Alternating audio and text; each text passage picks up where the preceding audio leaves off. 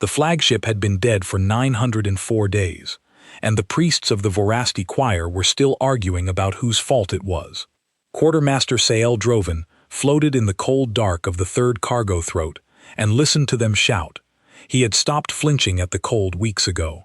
The great ship, unbroken cadence, pride of the choir of engines, holiest hull in 9,000 years of holy hulls, drifted in a dead pocket of space where no star had ever burned, and it could not move, and it could not warm itself, and it could not die properly either. It only sat there, freezing them one breath at a time. Droven was the one who counted the dying. That was a quartermaster's task. 11,400 souls had begun the stranding. Now there were 8,110. He knew the number to the digit because he carved each loss into the bulkhead beside his post with a broken ration spike, and he had run out of clean bulkhead 200 days ago. The trouble, the priests would not say plainly, was simple. The unbroken cadence had a broken heart. Its central drive core, the singing engine that the whole faith was named for, had cracked along a seam no one had ever been taught to find, and no one aboard knew how to mend it. No one in the entire choir knew how to mend anything. That was the secret Droven had come to understand in 900 days of cold. His people did not repair. They had not repaired anything in 4,000 years. He had not understood it all at once. It had come to him slowly, the way the cold itself came, a degree at a time, until one day you noticed you had been freezing for a long while and could not say exactly when it began. In the first weeks of the stranding there had still been hope, and the priests had still believed the Holy Heart would simply mend itself, because surely a divine thing could not stay broken. They had prayed at the cracked core in shifts, 300 at a time, singing the old chords up at the silent silver, certain that the singing would call it back to life. The core had not answered, the crack had not closed, and one by one the priests had stopped singing and started shivering, and the great vaulted heart chamber had filled with frost and silence, and the slow understanding that prayer was not a tool, and that the choir of engines had no tools at all. Droven had walked the dying ship in those days, because counting required walking, and he had seen the same thing in every throat and gallery. A people standing around their own broken machines with their hands empty. A heating loop would crack, and the Vorasti beside it would step back and wait for someone to bring a flawless replacement loop from a seed vault 11 jumps away, and no replacement would come, and the cold would pour through the crack, and they would simply move to a warmer part of the ship and wait to be told what to do. They did not patch the loop. It did not occur to them that a loop could be patched. A loop was either flawless or it was garbage, and a garbage loop was not a thing you touched. You waited for a new one. You waited, and the waiting was killing them, and not one soul aboard the holiest hull in 9,000 years knew how to do anything else. The Vorasti did not build the way lesser races built, with hands and patience and second tries. The Vorasti grew their machines whole, perfect, from seed vaults aboard the great forge temples, and when a machine failed you did not fix the machine, you returned it to the vault and grew a flawless replacement. Failure was not a problem to solve. Failure was a thing to throw away. A Vorasti engineer learned to recognize 100 kinds of perfection and not one kind of flaw, because flaw was beneath the faith, and a thing that admitted flaw was already garbage. It was a beautiful way to live, when you were winning. It was the only way Droven had ever known. He had been born aboard a forge temple, and weaned on the seed vaults, and taught from the cradle that the proof of the choir's right to rule was the flawlessness of its works. A Vorasti child learned to name 100 shades of perfection before learning to name the stars. A Vorasti adult could look at a grown hull and tell you, to the day, the cycle of its growth, the purity of its lattice, the precise divine ratio of its singing ring.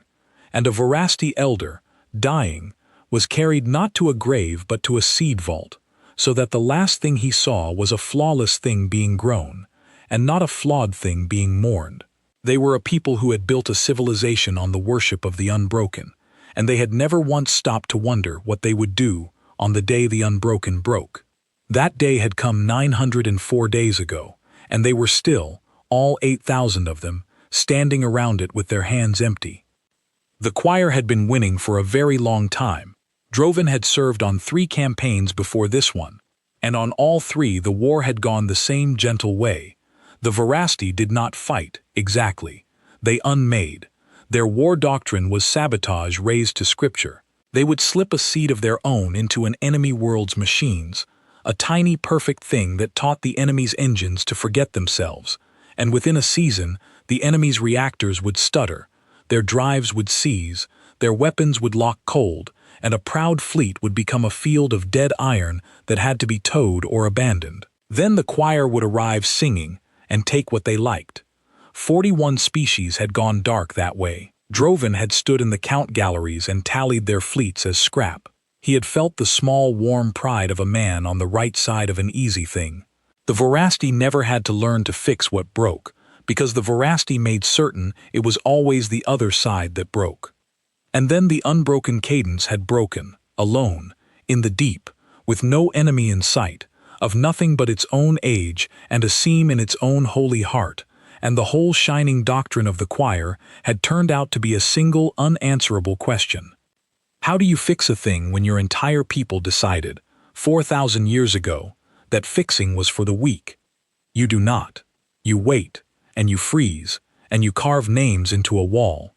Droven had given up on rescue around the 400th day. The choir's nearest forge temple was 11 jumps away, and did not know precisely where the flagship had gone to pray its last private prayers. The distress seeds they had cast into the dark were slow, and might wander a century before a Verasti ear caught them. There would be no replacement grown for the unbroken cadence.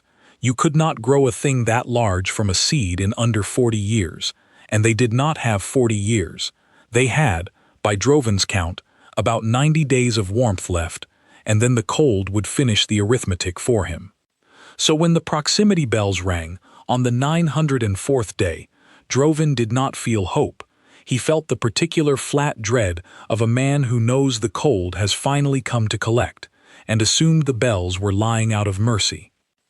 He pulled himself hand over hand to the high observation blister, where High Cantor Velis Oro and 4 of the engine priests had already gathered, and where the only working screen aboard still showed a smear of the outside dark.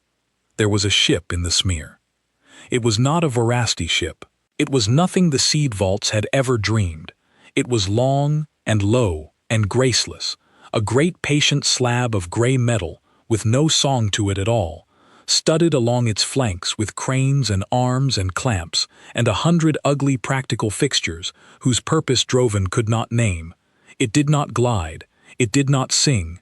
It came on with a steady mechanical certainty, lights burning in workmanlike rows, and across its blunt prow were marks in an alphabet none of them could read. The High Cantor read the energy signature instead and went very still. "Human," he said. Droven had heard the word twice in his life, both times the way one hears a rude joke.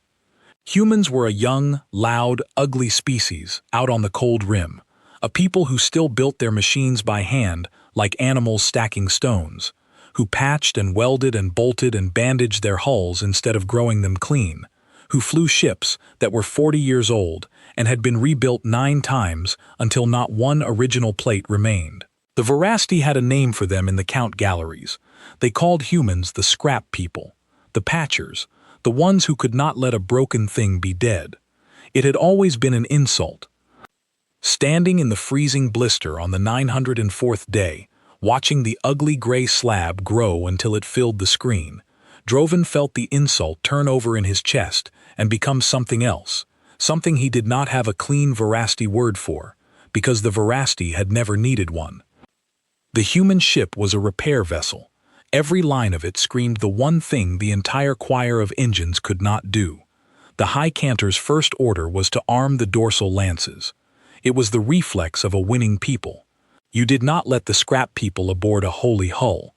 You did not let lessers see the heart of the faith cracked open and cold. Better to die clean and frozen than to be saved by patchers. The lances did not answer. They were as dead as everything else. The High Cantor gave the order 3 times, and 3 times the ship gave him nothing, and on the 3rd silence, something in the old priest seemed to fold inward, and he stopped giving orders at all. He floated there in his frost-rimed robes and stared at the gray ship and said nothing, and the engine priest stared at him, and Droven understood that the faith had just run entirely out of road. A channel opened. The humans had reached across and opened it themselves, easily, the way a grown person opens a door a child has been straining at.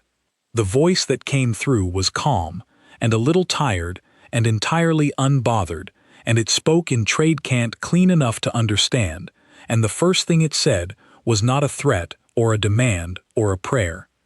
"This is the repair tender Bellwether Forge," the voice said. "We picked up your drift 2 days out. Looks like you've got a cold ship and a lot of cold people. We do ships." A pause, and then, almost kindly, almost as if it were the most ordinary thing in all the dark, "Tell us what's broken." In the freezing blister of the holiest hull in 9,000 years, 8,110 Verasti heard a stranger ask the one question their whole proud faith had spent 4,000 years making sure no one would ever have to answer. And Quartermaster Sael Droven, who counted the dying, found that his hands were shaking, and not from the cold.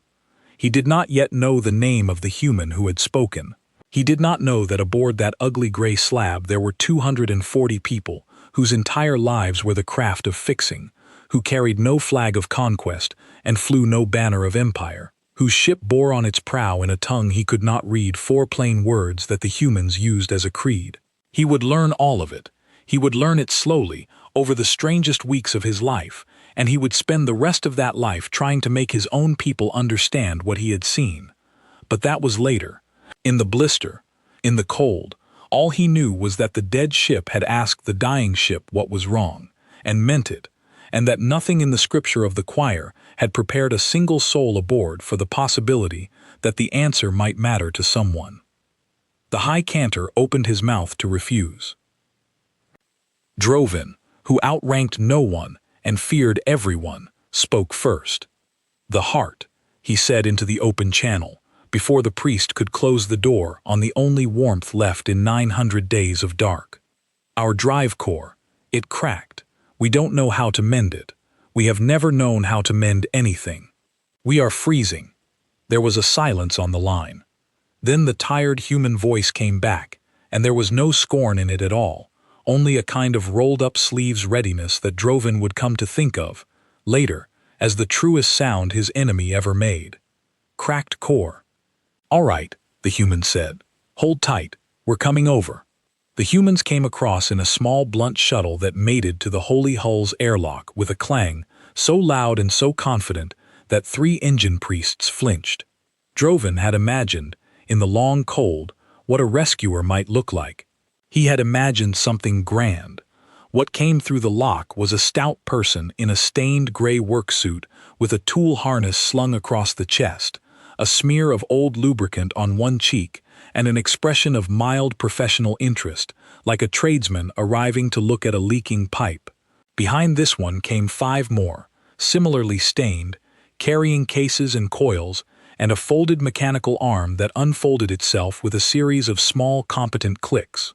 The lead human pulled off a glove, looked around the frozen cargo throat at the frost on the walls, and the names carved everywhere, and the gaunt, cold gray faces of the Verasti watching, and said, "I'm Roan Talley.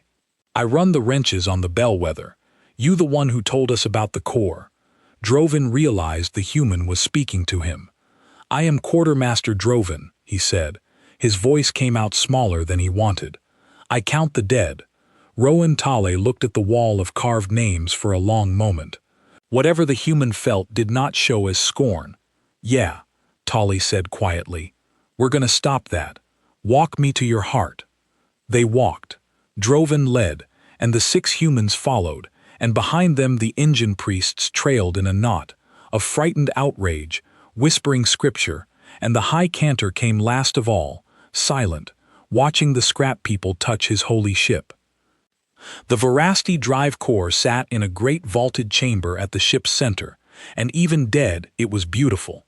It was a vast spiraled thing of grown silver lattice, 10 decks tall, shaped like a frozen choir of pipes, and in its working days it had sung the ship across the dark with a sound that the faith taught was the voice of the divine.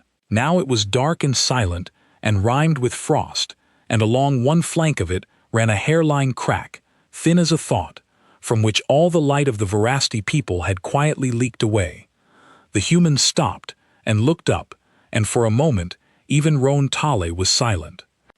"That," Tale said at last, "is the prettiest engine I have ever seen in my life.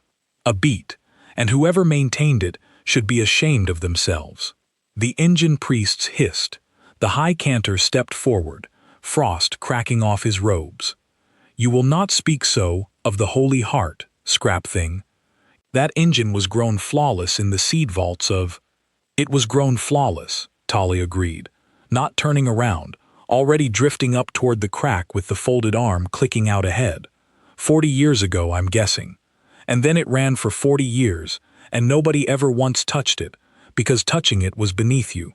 So it aged. Metal ages. Pretty doesn't stop physics." Tale reached the crack, ran a bare finger along it, and made a small sound of professional sorrow. "Stress fracture. Started as a hairline maybe 10 years back. You'd have caught it in an afternoon with a resonance scan and a clamp. Instead it grew, every time the engine sang, a little wider, a little deeper, for 10 years, while you all admired how perfect it was." Tall finally looked down at the priest. "Your heart didn't fail you. You failed it.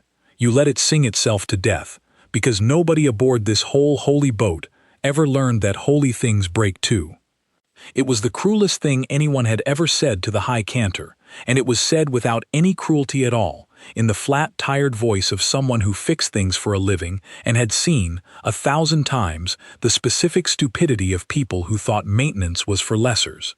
Droven waited for the priest to call the guards. There were no guards left who could do anything. The priest only stared at the human, and then up at the crack, and something in the old proud face came apart very quietly, the way the core had come apart, along a seam no one had known was there. "Can it be mended?" the high cantor said. It was not a command. It was the first honest question Droven had ever heard him ask. Roan Tale was already unrolling a tool cloth in the air.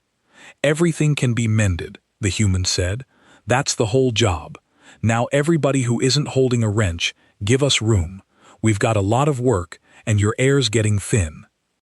What followed, over the next 11 days, was the strangest and most humbling thing Quartermaster Droven had ever witnessed, and he made himself witness all of it, floating in a corner of the core chamber with his ration spike, carving nothing, only watching, because for the first time in 900 days the count was not going up. The humans did not pray over the core, they did not declare it unclean and beyond saving, they did not throw it away, because there was nothing to throw it away into. They simply, methodically, began to fix it. First they were warm. That was the thing Droven had not expected, the thing that undid him a little. Within 4 hours of coming aboard, a team of humans had traced the dead ship's heating loops, found the 3 places where the cold had cracked them, and bridged the cracks with flexible patches drawn from a case that seemed to contain a patch for everything. They did not restore the holy systems. They rigged ugly gray hoses through the corridors and pumped warm air from their own ship across the lock and into the freezing throats of the unbroken cadence. And within a day, the frost was weeping off the walls, and the 8,110 Veracity were, for the first time in 3 seasons, not cold. Droven watched a human he later learned was named Pell run a warm hose past a knot of Veracity children who had been dying slowly in a heating blanket huddle for 100 days, and he watched Pell stop and crouch and unclip a small bright tool that turned out to be nothing but a hand warmer and press it into the smallest child's hands without a word and move on because there was more hose to lay. Nobody in the choir of engines had ever crouched. That was a small thing, and Droven knew it was a small thing, and it stayed with him longer than the great things did. The humans crouched. They knelt in cramped throats to reach a fault. They lay flat on their backs and slid under panels and worked above their heads with their arms shaking. They did the ugly, low, undignified work of a body reaching a hard place, and they did it without complaint and without ceremony, because the fault was in the hard place, and so the body went to the hard place. A Veracity priest would no sooner have crawled under a panel then he would have eaten dirt. The work was beneath him. That was the whole sentence, the whole faith, in 3 words. The work was beneath him. And so the work had not been done for 40 years, and the heart had cracked, and 8,000 people had nearly frozen, because a proud people could not bring themselves to kneel. The humans knelt all day long, and by the end of the first day the ship was warm. There was a moment on the second day that Droven would never forget. A heating loop in the 4th gallery, one the humans had patched, began to leak again at a second weak point a few hands further along, and a young Verasti named Os, barely more than a child himself, watched the human nearest him reach for a patch and then pause and hold the patch out instead, handle first, and say, "You want to try this one? It's not hard. I'll show you." And Os, who had been raised to believe that touching a broken thing made you broken, took the patch in 2 trembling hands and let the human guide them and sealed the leak himself. And when it held, when the cold stopped pouring through and the warmth held, the boy looked at his own 2 hands as though they belonged to a stranger, as though he had just learned they could do something, and he began, very quietly, to weep. Not from grief. Droven knew grief. He had counted it for 900 days. This was something else. This was a child discovering, at the end of a dying people's road, that he was not helpless, that his hands were not only for praying and waiting, that he could mend a broken thing, and the mending was good. The human clapped him once on the shoulder and moved on down the gallery, and Os followed, and took the next patch without being asked. There was the matter of the air, too. On the 4th day the Bellwether's people found the reason the unbroken cadence had been slowly suffocating as well as freezing. The great air scrubbers of the holy hull, grown perfect in a seed vault, had clogged with the patient dust of 900 dead days, and a clogged scrubber, to the Verasti, was a garbage scrubber, and so they had simply sealed the worst compartments and crowded into the rest and breathed thinner and thinner air and called it the will of the cold. The humans did not seal anything. A mechanic named Brask opened the holy scrubbers, which no Verasti hand had touched since their growing, and found inside not a divine mechanism but a filter, a simple filter, clogged exactly the way every filter in the galaxy clogs, and Brask cleaned it. That was all. The holiest air system of the choir of engines, sealed away as ruined, had needed nothing but to be cleaned, a task a human apprentice learned in a week, a task the Verasti had no concept of because cleaning a thing meant admitting the thing could be dirty, and a divine thing could not be dirty, and so it had clogged, and they had nearly choked, kneeling in the dark beside a machine that needed only to be wiped out and put back. Droven watched Brask hold up the cleaned filter to the light and turn it, satisfied, and slot it home, and heard the scrubbers wake and the air begin to move and freshen for the first time in 3 seasons. And he thought, this is what we threw away, not just the tools. The simple, ordinary, humble knowledge that a thing can be dirty, and that being dirty is not the same as being garbage, and that the answer to dirty is not despair but a rag and an afternoon. They were practical. That was the second thing. The Verasti made machines like prayers, each one whole and inviolable and meaningless if a single part was wrong. The humans made nothing whole. The humans made everything out of other things. Droven watched Roan Tale's people climb the holy core and treat it not as a sacred object but as a problem with parts, and the parts were just parts, and a broken part was just a part that needed help. They could not grow a new section of the core lattice. They did not have the seed vaults and would not have known how. So they did the thing the Verasti had no word for. They improvised. They could not replace the cracked silver lattice, so they reinforced it. A human named Idris spent 2 days fabricating a brace from raw stock aboard the Bellwether, a cradle of plain human alloy shaped to wrap the wounded flank of the holy core and take the singing stress off the crack. It was ugly. It was gray and bolted and asymmetrical and utterly without song, and when Idris welded the last seam of it across the silver beauty of the Verasti heart, 3 engine priests turned away as though they had witnessed a desecration. The crack stopped growing. That was the thing about the ugly gray brace. It worked. Roan Tale stood back from it, wiped both hands on the stained suit, and explained it to Droven, because Droven was the only Verasti who would come close enough to listen. Your engine sings by flexing, right? The whole lattice resonates. That's the sound. That's beautiful, and it's also exactly what was killing it, because every note put a little more stress on a crack you wouldn't admit was there. So we can't make it sing the way it did, not all the way, not with what we've got, but we can make it sing safe. The brace takes the load. It'll never be flawless again. Tolly shrugged. Flawless ran for 40 years and then it left you to freeze. Mended'll run for 100, and you can tighten the bolts whenever you like. I'll take Mended. It will not be holy, Droven said. He surprised himself by saying it. Tolly looked at him with something almost like pity, and almost like warmth, and entirely without contempt. Quartermaster, the human said, I have rebuilt the ship I'm standing on 3 times. Not one plate on the Bellwether Forge is the plate she was launched with. We patch her in the dark with whatever we've got, and we name every patch, and we keep her flying, and she has carried 240 people through worse than this, and never once left them cold. You tell me which heart is holy, the pretty one that quit, or the ugly one that never has. Droven had no answer.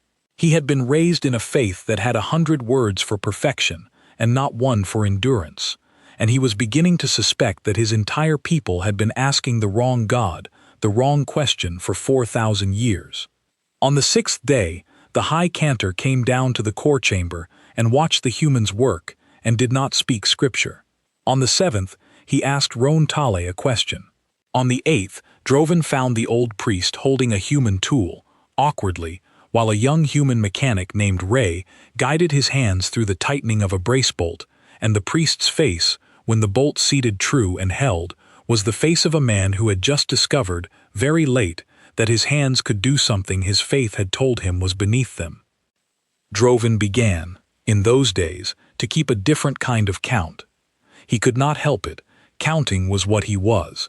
But he had run out of dead to count, and so he counted the living instead, and then he counted the things the humans mended, and then he began, almost against his will, to count the things the humans were that the Verasti were not. He kept the list in his head and added to it each day, and it grew faster than the wall of names ever had.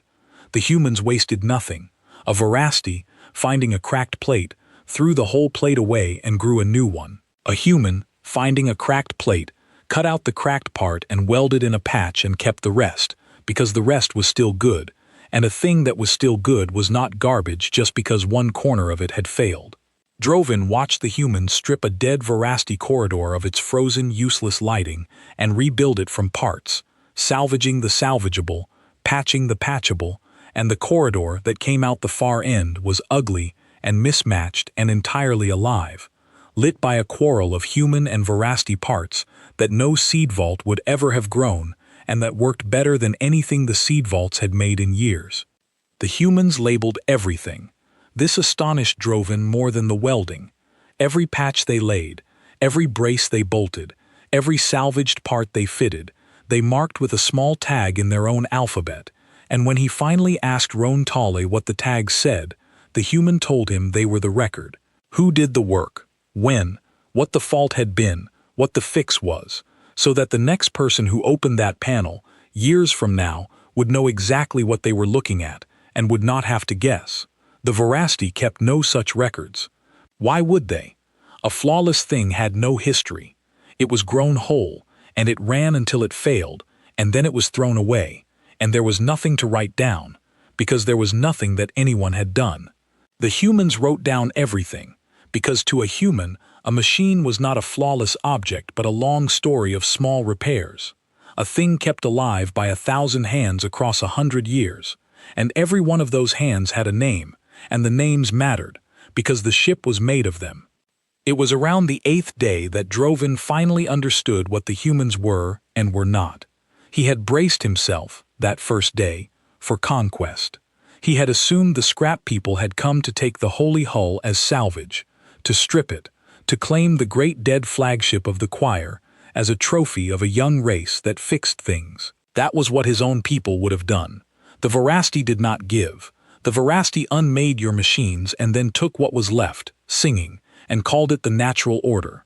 The humans took nothing. Droven checked. He was a quartermaster. Checking was his nature. Over 11 days he tracked every human who came aboard and everything they carried, and they carried tools in and tools out and nothing else. They drew on their own stores to feed and warm 11,000 starving strangers. They burned their own fabrication stock to build braces for a heart that was not theirs. They asked for nothing. When the High Cantor, in a fit of the old reflex, offered them a tithe of the ship's cargo as payment, Roan Tal looked genuinely confused, and then said, "We don't charge for a tow, friend. Nobody decent does," and went back to work. Droven carved that into the wall too. It was the first thing he had carved in 900 days that was not a name of the dead. He carved the human words as best he could render them. Nobody decent charges for a tow.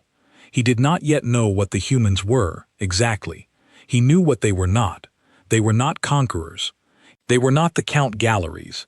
They were not the easy, gentle war of the seed and the silence. They were a people who had decided, somewhere far back in their loud, ugly history, that a broken thing was not garbage but a question, and that the answer to the question was always, we can fix that. And then, on the 9th day, the Veracity Far receivers, warmed back to half-life by human hands, caught a signal in the dark, and the whole fragile miracle of the rescue tipped sideways into something with teeth. It was a Veracity signal. A Forge Temple had finally heard one of the old distress seeds. Help was coming. Droven's first feeling was joy, the bright animal joy of a drowning man who hears oars. His second feeling, arriving a heartbeat later and colder than the cold had ever been, was dread, because he knew his own people. And he knew exactly what a Forge Temple of the Choir of Engines would think, arriving at the holy flagship to find it crawling with the scrap people, its sacred heart bound in ugly human alloy, its priests holding human tools, its quartermaster carving human creeds into the holy wall. They would not see a rescue. They would see a defilement. They would see lessers laying hands on the divine. The choir had a word for what the humans had done to the unbroken cadence, and the word was not gratitude. The word was sacrilege, and the punishment for sacrilege was the seed and the silence.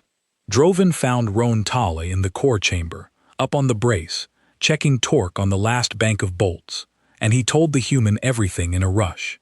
The signal, the Forge Temple, what his people would do, what they would think, the seed they would surely carry, the small perfect saboteur's seed that the choir cast into every enemy machine, the thing that taught engines to forget themselves.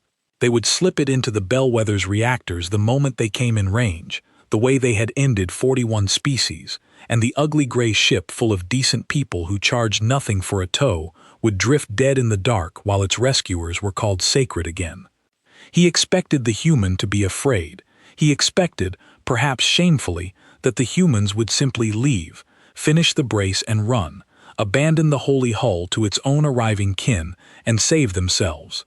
He would not have blamed them. That was what a sensible species did. Roan Tale listened to all of it without stopping work, seated the last bolt, checked it twice, and then floated down to face the trembling quartermaster, wiping both hands on the ruined suit. "How long?" Tale said. "Until your Forge Temple gets here." 6 days, Droven said. "Perhaps less. It is a fast hull. It will be a war forge, Roan Tale. It will come armed, and singing, and certain. You should go. You have done a kindness no one here will ever forget. But you must go before they—" "We're not going anywhere," Roan Tale said, "until this engine's running, and these people are safe. And a war forge full of people who think fixing is for lessers isn't going to change my mind about that." The human said it without heat, the way one states the weather, and Droven understood that he was hearing something he had no frame for.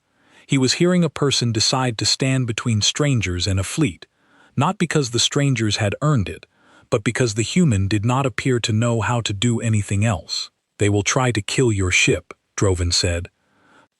For the first time in 11 days, something changed in Roan Tale's face. It was not fear.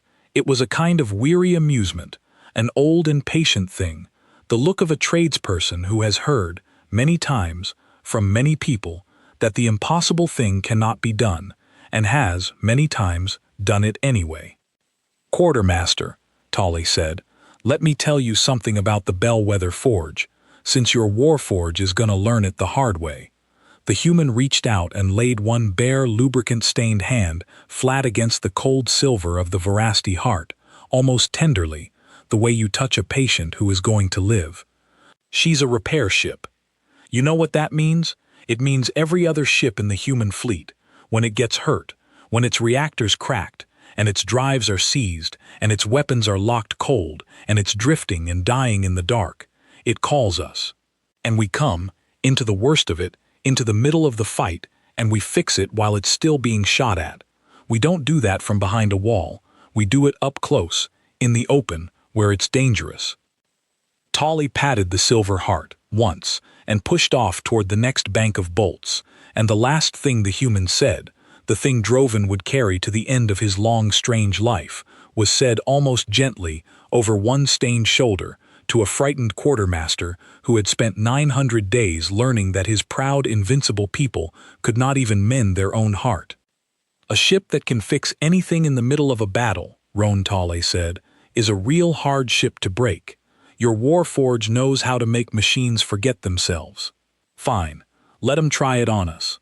The human picked up a wrench and grinned, and it was not a cruel grin, only a confident one. The grin of someone who had finally been told what the actual problem was. "We're the people who remember how to put things back together. That's a much, much worse thing to bring a saboteur's seat against than they have any idea." The Warforge came in 4 days, not 6, because the choir of engines, when it suspected its holiest hull had been touched by lessers, did not waste time. Droven watched it arrive on the warmed screen of the high blister, and even half dead with dread, he felt the old reflex of awe. The Forge Temple Resolved Anthem was a cathedral that flew. It was a great wheel of grown silver 3 times the length of the stranded flagship, ringed with singing drive cores and bristling with the long, slim sabotage lances that did not fire shells or fire light, but fired seeds, the small perfect things that crawled into a machine and taught it to die. It came on singing, a vast layered chord that the faith said was the voice of the divine, and that Droven, for the first time, heard as the sound of a people who had never once in their lives had to ask for help. Beside the cathedral, the Bellwether Forge looked like exactly what it was. A gray working slab, blunt and ugly and patched, studded with cranes and clamps, flying no banner, singing nothing. It sat in the open between the Warforge and the wounded flagship, and it did not move, and it did not run. The Forge Temple opened a channel, and the voice that came through was a choir voice, layered and certain, the voice of 41 easy victories. "Lesser vessel," the choir voice sang, "you have laid hands upon the holy heart of the unbroken cadence. You have bound the divine in scrap. This is sacrilege beyond price. Withdraw your filth from the holy hull, and surrender your vessel for unmaking, and we will permit your small crew to drift in honest prayer before they die. Resist, and we will teach your engines to forget themselves, as we have taught 41 prouder peoples than you. The choir does not bargain with patchers." Droven closed his eyes. He had heard that exact cadence in the count galleries 3 times, aimed at 3 doomed fleets. He knew what came next. He knew the sabotage lances were already drinking, already cradling the perfect seeds that would cross the dark, slip through the Bellwether's hull on a whisper of grown logic, and convince the human reactors that they were not reactors at all. He had seen proud fleets die that way without a shot. He had felt the small, warm pride of the winning side. He did not feel it now. Now he only felt sick, because the people about to die were the only people who had ever asked him what was wrong and meant it. On the open channel, Roan Tolly answered the cathedral. The human voice sounded, against the layered divine chord, almost comically plain. "Yeah, hi," Tolly said. "This is the Bellwether Forge. We're not withdrawing. There's 8,000 of your own people on that ship who were freezing to death because you grew them a heart you never taught them to fix, and we've got it almost running, and we're going to finish the job. You're welcome to wait politely while we work, or you can throw your seeds at us." A pause, and then, with a tradesperson's flat certainty, "I'd really think hard about the second one." The choir voice did not deign to answer.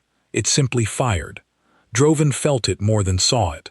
The sabotage lances of the resolved anthem sang their high, cruel note, and across the dark went the seeds, a flight of them, perfect and patient and invisible, the unmaking that had ended 41 peoples, crawling toward the ugly gray ship to teach it to forget what it was.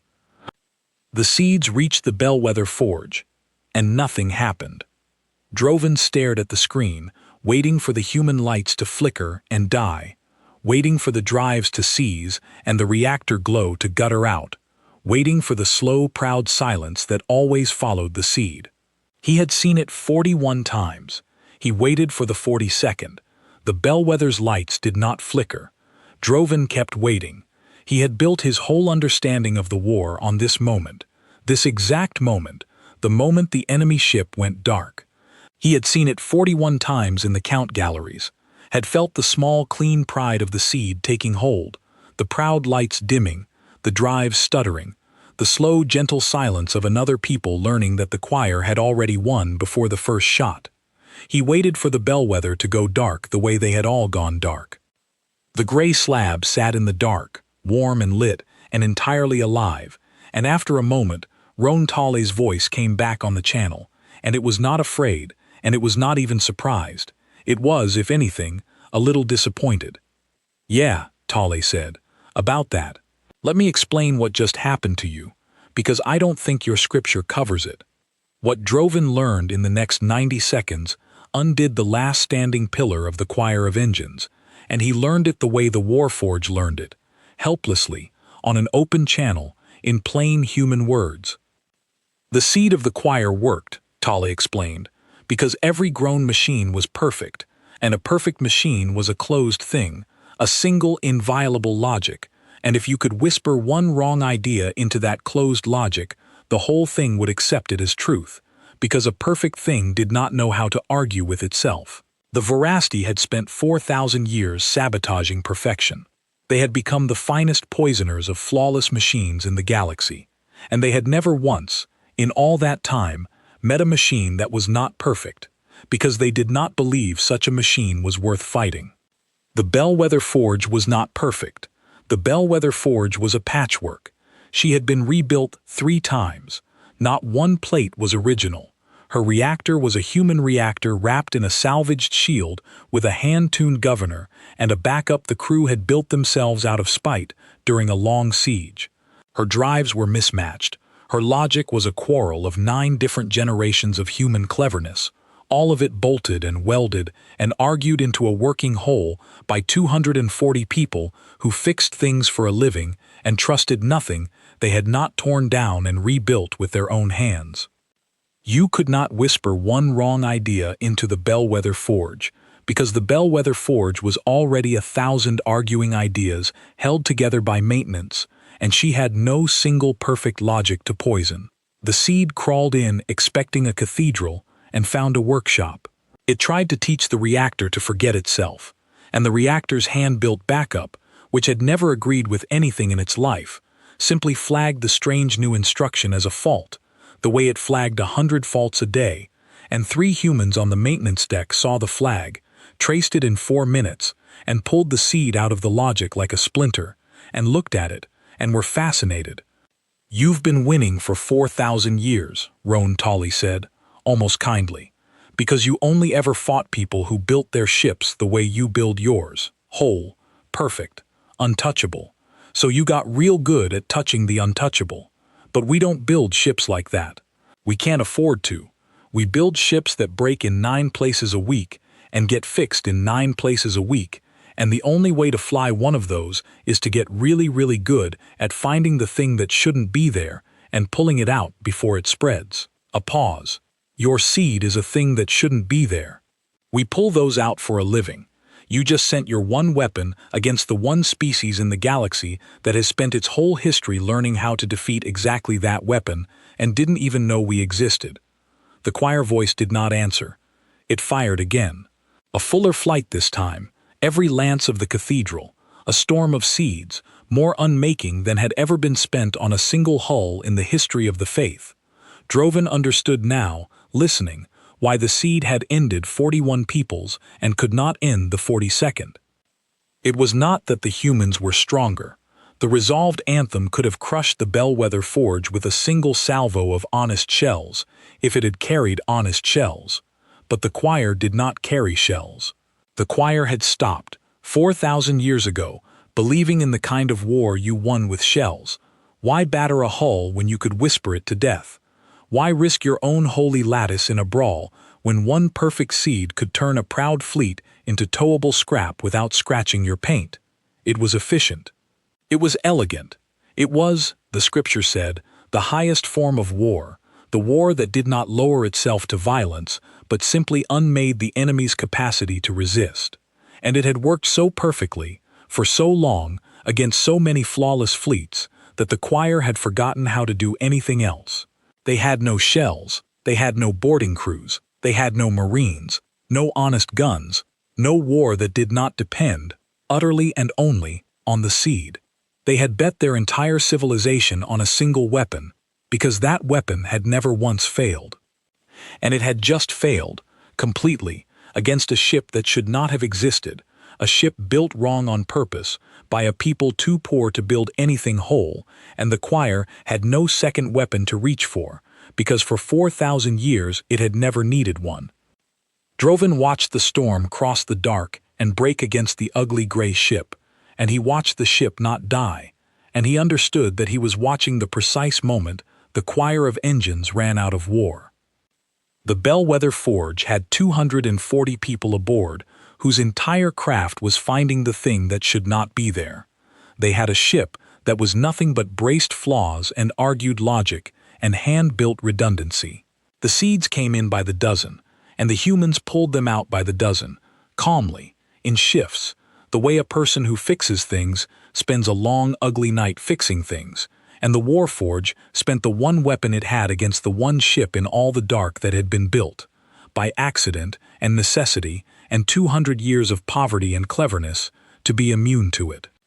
And while the cathedral wasted its seeds against the slab kept working.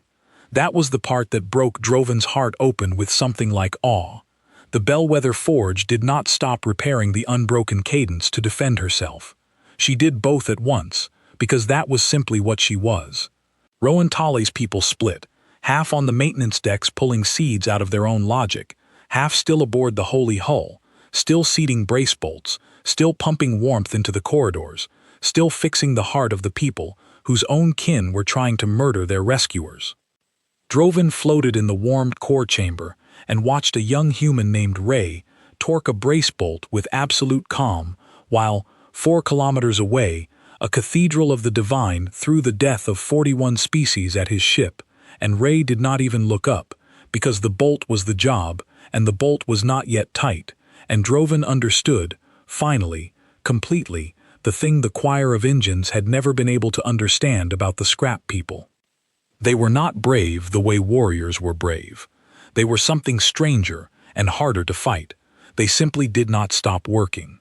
You could throw the end of the world at them, and they would note it, and route around it, and keep tightening the bolt, because the bolt was real, and the bolt could be fixed, and a thing that could be fixed was, to a human, simply a thing that was going to be fixed, world-ending or not.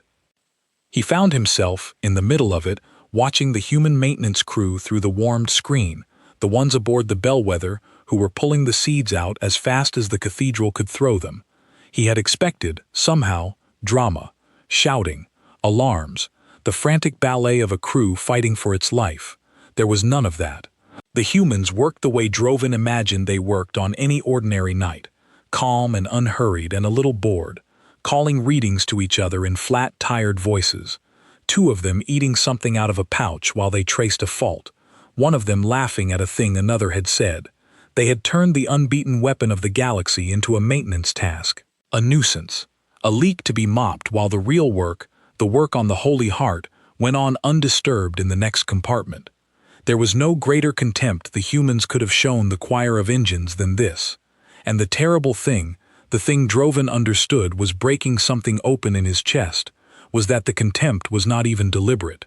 The humans were not trying to insult the choir, they were simply doing their job, and the choir's most sacred and terrible weapon had turned out to be, to a people who fixed things for a living, just one more broken thing to clean up.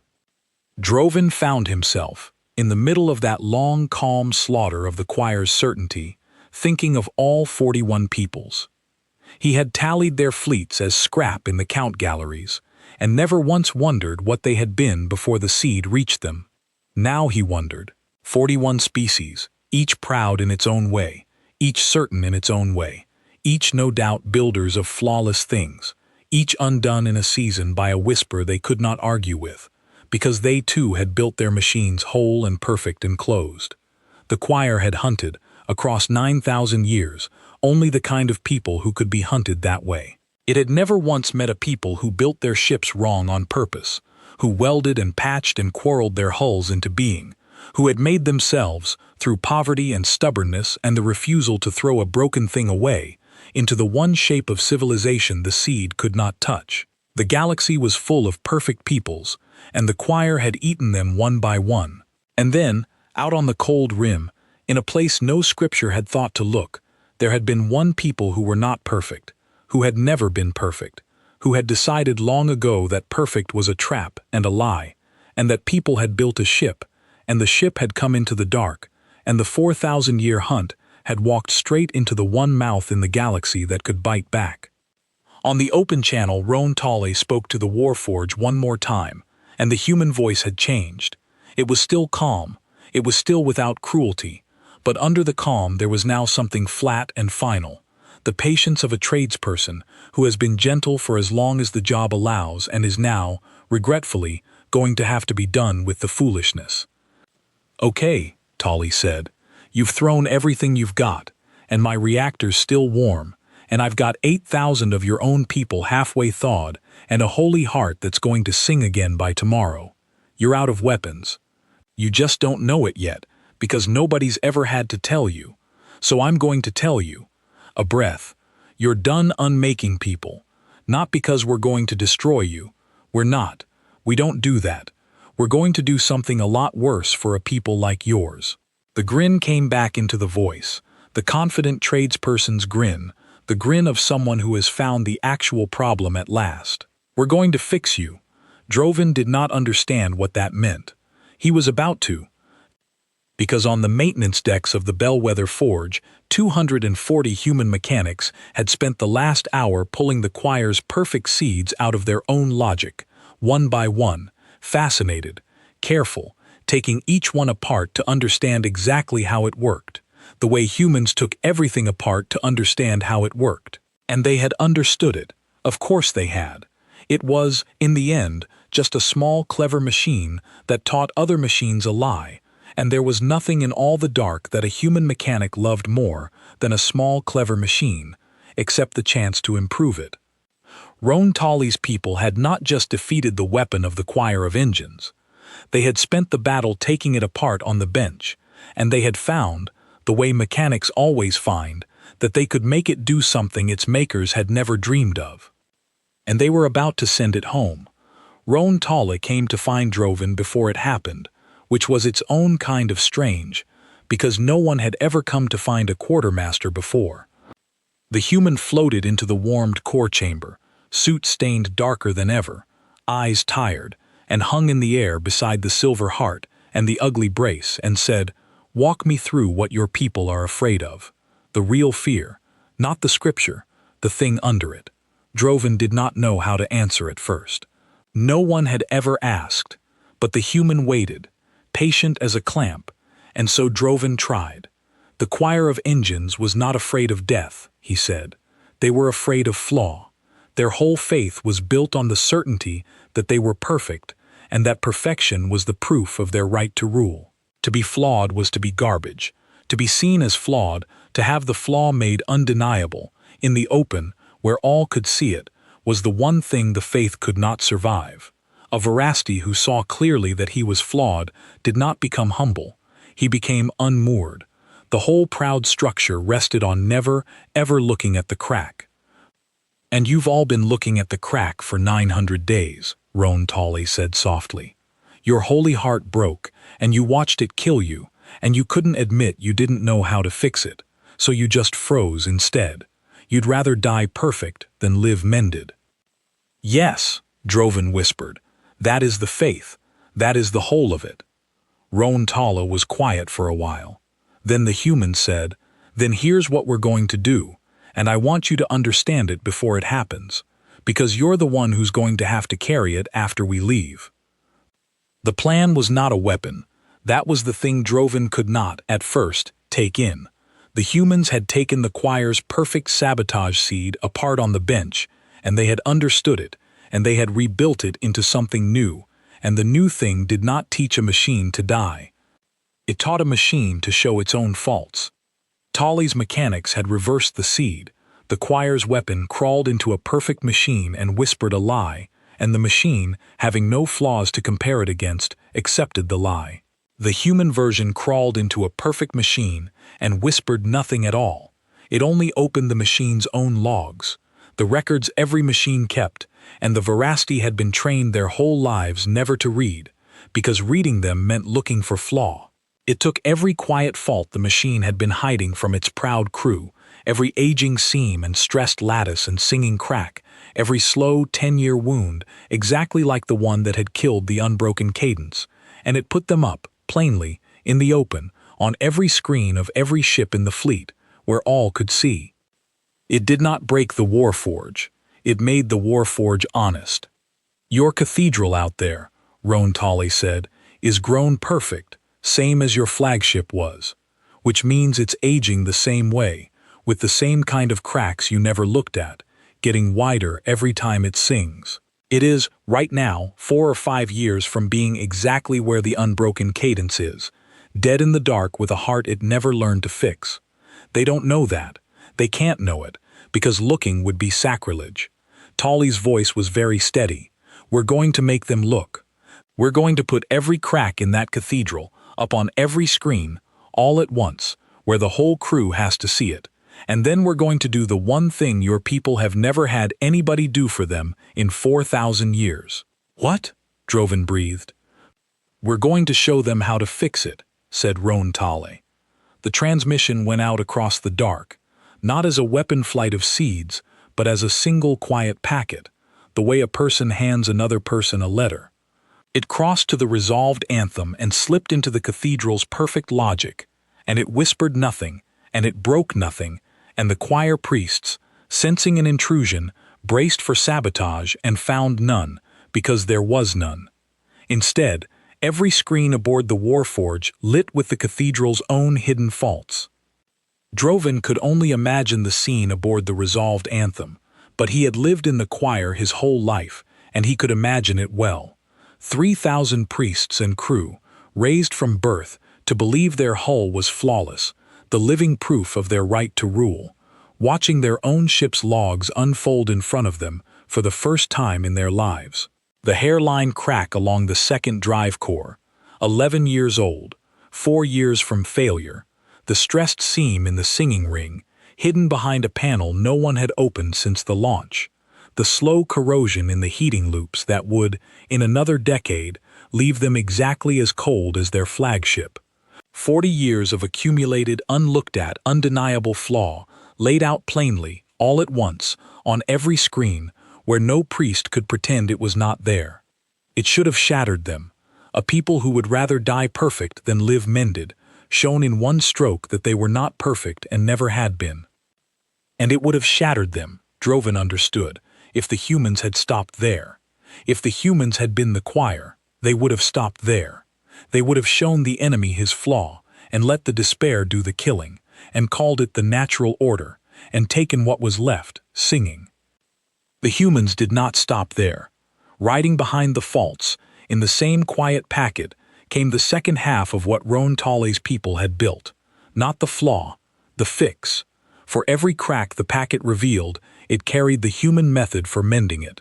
Not the grown perfect veracity way, which had no method for mending anything, but the human way, the patch and the brace, and the resonance scan, and the clamp, written plain, step by step, in trade cant a frightened priest could follow with his own 2 hands. The packet showed the cathedral every place it was dying, and then it showed the cathedral, gently, patiently, exactly how to live.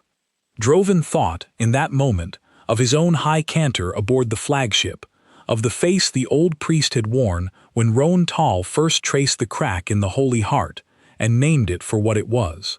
He thought of how that face had come apart, quietly, along a seam no one had known was there, and he understood that the same thing was happening now, 3,000-fold, aboard the cathedral.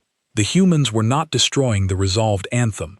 They were doing something the choir had no defense against because the choir had no concept of it. They were forcing a people who had never been allowed to be flawed to look, plainly and all at once, at their own enormous accumulated flaw, and to discover that the flaw had been there the whole time, hidden behind the panels of their pride, growing wider every time they sang. And the cruelty of it, the part that made it perfect, was that there was no anger in it. If the humans had jeered, the priests could have hated them and clung to the faith. If the humans had used the faults as a weapon, had let the cathedral see its cracks and then fired into them, the priests could have died defiant, perfect to the last. But the humans did neither. They simply showed the truth, gently, the way Roan Tal had shown it to one old priest in a freezing heart chamber, and then they reached out a hand. And you cannot stay angry at a hand that is reaching to help you. You cannot die defiant against a people who refuse to kill you. You can only stand there, holding the proof of your own brokenness, and feel 4,000 years of certainty quietly let go of your shoulders, and wait to learn what comes after.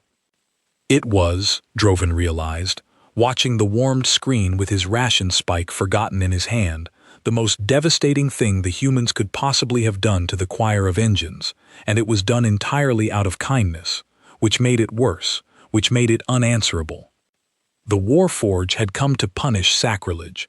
It found itself holding, in its own perfect logic, the proof that it was as flawed as the flagship it had come to avenge, and the instructions for its own salvation, written by the very scrap people it had been about to murder.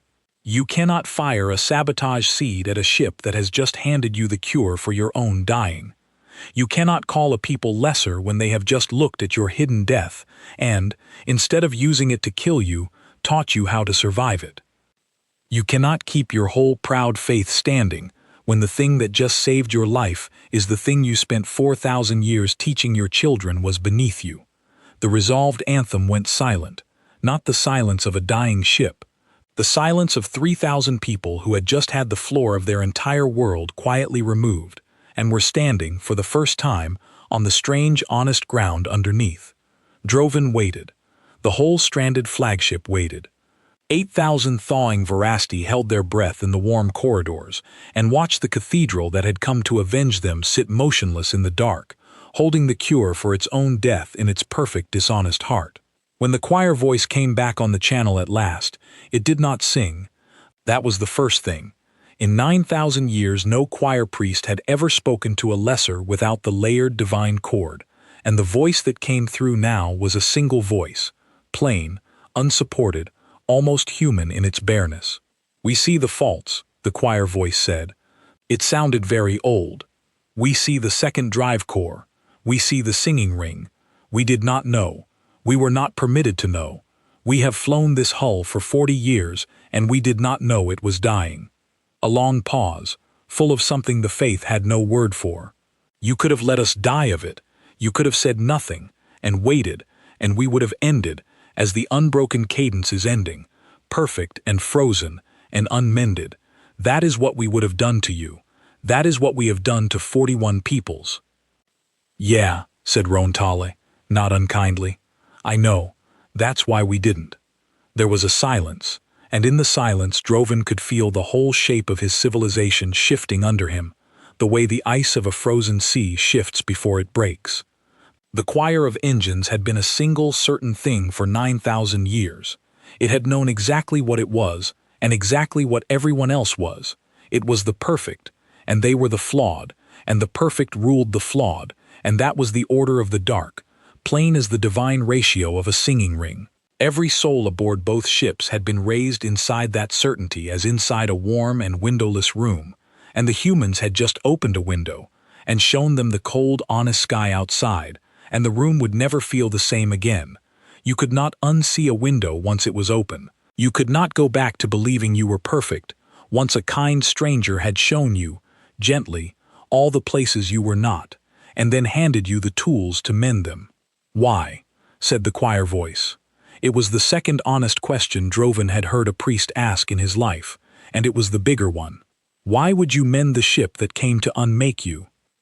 And Roan Tale, chief of the wrenches aboard a patched gray slab that had just defeated the unbeaten weapon of the galaxy without firing a single shot, gave the answer that Droven would spend the rest of his long, strange life repeating to anyone in the choir who would listen, the answer that ended 4,000 years of easy, gentle war and began something the Verasti had no scripture for and would have to learn, slowly, with their own two hands. Because, Roan Tale said, we don't think broken means garbage. We never have. That's the whole difference between your people and mine, and it's the only difference that's ever mattered. You see a flaw and you throw the thing away. We see a flaw and we figure out how to fix it, because to us, a broken thing isn't proof it was worthless. It's just a thing that hasn't been mended yet. The human's voice softened, and it was no longer talking to a warforge at all, but to the 8,000 thawing souls aboard the flagship, and the 3,000 silent ones aboard the cathedral, and maybe to 4,000 years of a people who had never once been allowed to be flawed and survive it. You're broken. Your ships are broken and your faith is broken, and you've been freezing to death rather than admit it. We know, we saw, and we don't think that makes you garbage. A pause.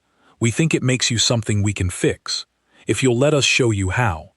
The silence that followed was the longest of the whole 908 days, and it was not cold. The resolved anthem did not attack, and it did not leave. It came in close, slow and uncertain, a cathedral that had forgotten how to be anything but certain, and it docked, awkwardly, against the flank of the patched gray slab it had come to destroy. And 3,000 priests and crew, who had been raised to believe that touching a lesser was defilement, watched 240 human mechanics come across the lock with tool harnesses and cases and folded arms that clicked open, and let them aboard the holy cathedral to look at the cracks. Droven went with them. He had appointed himself, somewhere in the last 4 days, the bridge between his people and the scrap people, and no one had argued, because there was no scripture for what was happening, and a quartermaster who had stopped counting the dead was as good a guide as any. He watched Roan Tale stand in the singing ring of the resolved anthem, the holiest space the choir had, and look up at the second drive core, and run a bare lubricant-stained finger along the 11-year crack, and make the same small sound of professional sorrow he had made aboard the flagship. He watched the high cantor of the Warforge, a priest even prouder and older than the one aboard the unbroken cadence, stand beside the human and watch that finger trace the flaw, and not call it sacrilege, because the flaw was real and the finger was gentle, and the human had already proven, beyond any possible argument, that he was the only one in the chamber who knew what to do about it. It's not as far gone as your flagship, Roan Tale told the Warforge's cantor. You've got time. Couple years before this'd have killed you, and you'd never have seen it coming. The human unrolled a tool cloth in the air, the same gesture Droven had watched 11 days ago in the freezing dark, and now it looked less like desecration and more like a hand extended. We can brace it today, and while we're at it, I'm going to teach your people how to read their own logs, and how to run a resonance scan, and how to set a clamp, so next time you don't need us. Next time you can fix it yourselves. A glance at the cantor, steady and without contempt. That's the part that matters. Not that we fixed it, that you learned to. The cantor was silent for a long moment. Then the old priest did the thing that Droven knew, watching it, would be the thing the choir of engines remembered for the next 9,000 years. The moment the histories would mark as the end of the old faith and the beginning of whatever came after. The high cantor of the resolved anthem reached out and took a human wrench, awkwardly, in a hand that had never held a tool in its life, and let Roan Tale guide it to the first brace bolt, and turned it, and felt the bolt seat true and hold. And the proud old face, when the bolt held, was the same face Droven had seen on his own high cantor aboard the flagship. The face of someone who had discovered, very late, that his own 2 hands could mend a holy thing, and that the mending did not defile it, but saved it. The work took 3 weeks. There was a thing Droven noticed in the first days of it that he had not expected, and it told him more about the humans than all the great speeches had. The humans did not gloat. They had just defeated, without a shot, the unbeaten Empire of the Dark. They had unmade the choir's entire war doctrine, and humbled 3,000 priests, and proven the scrap people right about everything. A Verasti victor would have made the defeated kneel. A Verasti victor would have carved the victory into the holy hull and made the priests sing it. The humans did none of that. They simply got back to work, because to them, the war had never been the point. The war had been a thing that got in the way of the work, an obstacle between them and the broken heart they had come to fix. And now that the obstacle was cleared, they went back to the thing that actually mattered, which was the bolt that was not yet tight, and the crack that was not yet braced, and the 8,000 people who were not yet warm enough. They had won the way a person wins an argument with a stuck valve, by outlasting it, and then they had forgotten about it entirely, because the valve was open now and there was the next valve. The humans braced the cathedral's failing cores, and patched its corroding heating loops, and opened the panels no one had opened since the launch, and at every step they did not simply fix the thing. They showed a Verasti how, and then they made the Verasti do the next one, hands guided, until the hands no longer needed guiding. They turned the holiest spaces of the choir of engines into workshops, and they turned priests into mechanics, one seated bolt at a time, and Droven watched his people learn, slowly, painfully, the one thing 4,000 years of perfection had stolen from them. They learned that a broken thing was not garbage. They learned that a flaw, looked at plainly, was not the end of the world but the beginning of the work. They learned to read their own logs without shame. Droven worked alongside them in those weeks. He had never worked with his hands in his life. A quartermaster counted. He did not weld. But Roan Tali had put a tool in his hands on the second day without ceremony, the way the human put tools in everyone's hands, and said only, "You count things. Good. Count me out 12 millimeters on that brace, and tell me when the gap's right." And Droven had done it. Badly at first and then less badly. And somewhere in the doing, he had stopped being only a man who recorded what others did and started being a man who did. It was a small change. It felt, to Droven, like the largest thing that had ever happened to him. He had spent 900 days as a witness to his people's dying, holding a spike, carving names, useful only as a record. Now he held a wrench, and the wrench changed things, and the things he changed stayed changed and good. He understood, holding it, why the human boy Os had wept in the fourth gallery. There was a particular joy, unknown to the choir of engines, in the moment a broken thing came right under your own 2 hands. The Verasti had thrown that joy away 4,000 years ago, along with the broken things. The humans had built their whole civilization on it. And on the 20th day, in the great vaulted heart chamber of the unbroken cadence, the silver core of the stranded flagship sang again. It was not the old song. Roan Tali had warned them it would not be. The ugly gray brace took the load off the crack, which meant the heart could no longer flex all the way into the full divine chord it had sung for 40 years before it tore itself apart. The new song was lower and steadier, and it had a strange gray note running through it, the note of human alloy holding silver beauty together, and the engine priests of the old faith would once have called it a ruined sound, a defiled sound, a song with a flaw in it. The 8,110 Verasti aboard the warming flagship heard it differently.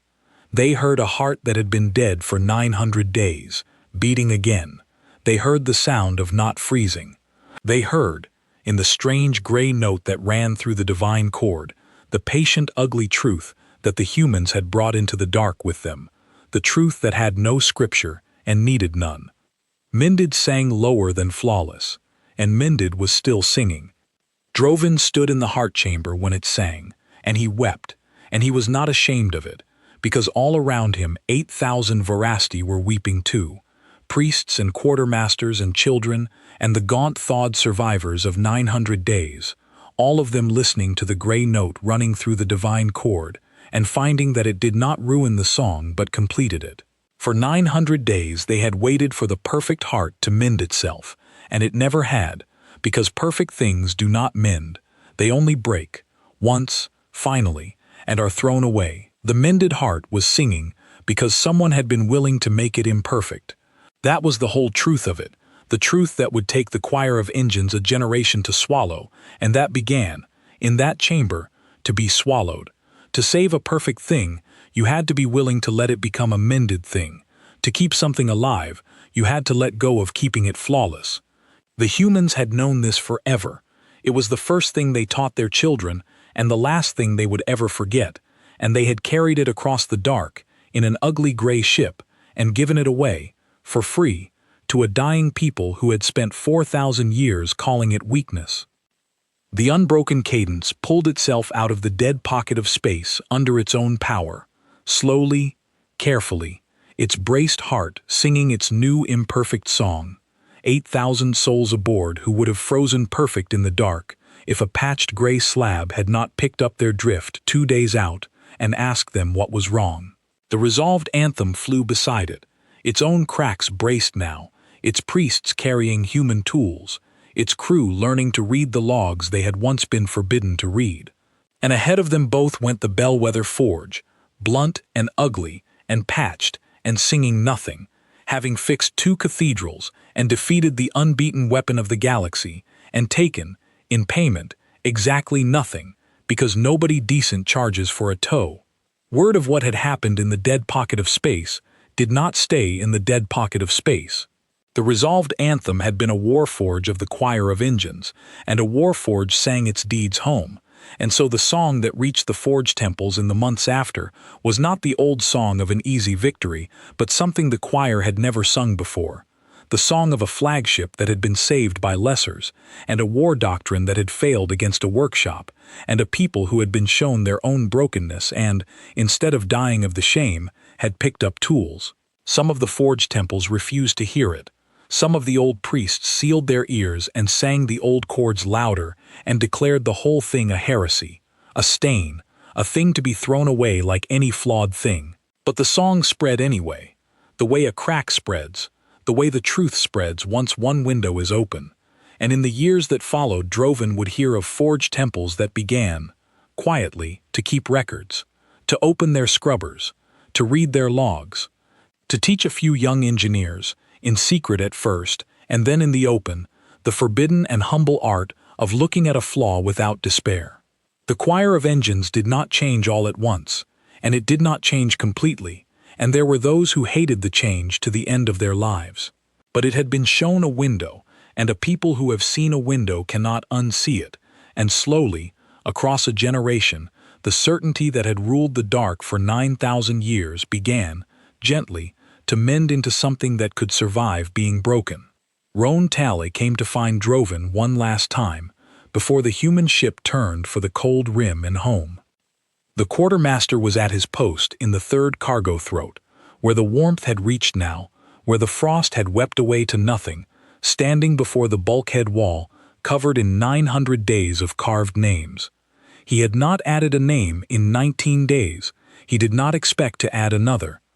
He was looking at the wall, and at the one carving that was not a name, the human creed he had scratched there in his own clumsy rendering. Nobody decent charges for a tow. That's good work, Roan Talley said, drifting up beside him, nodding at the wall of names. All of them. You kept the count. People forget, when they're dying, that somebody's got to keep the count. You didn't forget. I counted them because I could not save them, Droven said. It was the only thing a quartermaster could do. No, said Roan Talley, and the human's voice was gentle, but it did not bend. You counted them because they mattered, and you wanted to be sure somebody knew their names when this was over. That's not nothing, quartermaster. That's the same thing my people do. We name every patch, every weld, every brace, every ugly fix on the bellwether. We write down who did it and when, and why, so that it's remembered, so that the next person who opens that panel knows somebody cared enough to keep her flying. Talley looked at the wall of names a while longer. You and me aren't so different. You keep the record of what was lost. I keep the record of what was mended. Same job, really. Both of us just trying to make sure nothing decent gets thrown away and forgotten." Droven was quiet. Then he asked the question he had been carrying for 3 weeks, the question under all the other questions. "Your ship could have run," he said. "When the Warforge came, you could have finished the brace and fled, and saved your 240, and no one in all the dark would have called you a coward for it. We were not your people. We were the people whose own kin came to murder you for the crime of helping us. Why did you stay?" Roan Tale thought about it. The human did not give the easy answer, and Droven was grateful for that, because he had heard enough easy answers from his own priests to last 9,000 years. "Because the job wasn't done," Tale said finally. "That's the honest reason. Not bravery, not glory. We had 8,000 cold people and a half-fixed heart, and the job wasn't done, and you don't leave a job half done because something showed up to make it harder. If we ran every time the work got dangerous, we'd never have fixed anything. The whole reason a repair ship is worth anything is that she stays. She goes into the worst of it, and she stays and she finishes. Because the thing that's broken doesn't stop being broken just because it got scary." Tali shrugged, the same shrug Droven had seen over the cracked core 11 days and a lifetime ago. "Your Warforge thought the dangerous thing about us was our guns. We barely have any. The dangerous thing about us is that we don't stop. You can't beat a people who just keep fixing what's in front of them, no matter what you throw. There's nothing in your scripture for it because there's nothing you can do about it. We're not going to outshoot you. We're going to outlast you, one mended thing at a time, until there's nothing broken left." Droven looked at the human for a long moment, this stout, tired person in a stained suit who had walked into the holiest hull of a people that had called him scrap, and warmed 8,000 strangers, and braced a holy heart with ugly alloy, and defeated the unbeaten weapon of the choir by taking it apart on a bench, and then handed the cure for that weapon back to the enemy out of nothing but the refusal to let a broken thing be garbage. "We called you the scrap people," Droven said, "in the count galleries. It was an insult. The patchers, the ones who could not let a broken thing be dead." He paused. "I do not think it is an insult anymore. I think it is the only thing in all the dark that was ever worth being." Roan Tali laughed, quietly, and clapped the quartermaster once on the shoulder, the first time in his life a Vorasti had been touched in kindness by a human hand, and it did not defile him, and it did not break anything, and it was warm. "Take care of those engines," the human said. "Tighten the bolts when they need it. Read your logs, and the next time you find a ship freezing in the dark, with a heart it doesn't know how to fix." Tale's grin came back, the confident tradesperson's grin, the grin Droven would carry to the end of his days. "You go ask them what's wrong, and you mean it, and you stay until the job's done. That's the whole faith, quartermaster. That's everything we've got. You're welcome to it." The Bellwether Forge turned for the cold rim and home, blunt and gray and patched, having fired no shot and taken no payment, and left 2 cathedrals singing imperfect songs behind her, and she did not look back, because a repair ship never does. There is always another broken thing somewhere in the dark, and the job is never finished, and that, Droven had come to understand, was not a sorrow to the humans. It was the entire point. He stood at his post a long time after the gray ship was gone, before the wall of names that would never grow longer, and he listened to the strange gray note running through the song of the mended heart, and for the first time in 926 days, Quartermaster Sail Droven was not cold, and not afraid, and not counting the dead. He picked up his ration spike, and on the warm bulkhead, beneath the human creed and the 900 names of those the cold had taken before the scrap people came, he began, carefully, to carve a new record. Not the names of the lost, the names of the mended. The second drive core, braced on the 19th day, by the hands of engine priest Velis Oro, who had never held a tool. The singing ring, repaired on the 21st, by a crew that had once thrown such work away as beneath them. The heating loops, the far receivers, the 8,110 who walked out of the dark alive. He carved them all, slowly, the way the humans carved their patches, so that the next person who came to this wall would know that somebody had cared enough to keep these people flying, and would know the name of the ugly gray ship that taught a perfect, dying 4,000-year-old people the one thing they had forgotten: that a broken thing is not garbage, that a flaw, looked at plainly, is only the beginning of the work, that somewhere out in the cold, when you are stranded and freezing with a heart you cannot mend, there is a people who will pick up your drift 2 days out and ask you what is wrong, and mean it, and stay until the job is done, and drift back to you, not as ash but as warmth, and as a song that is lower than flawless and still, against all the certainty of all the proud dead empires of the dark, beautifully, stubbornly, mended and singing, alive,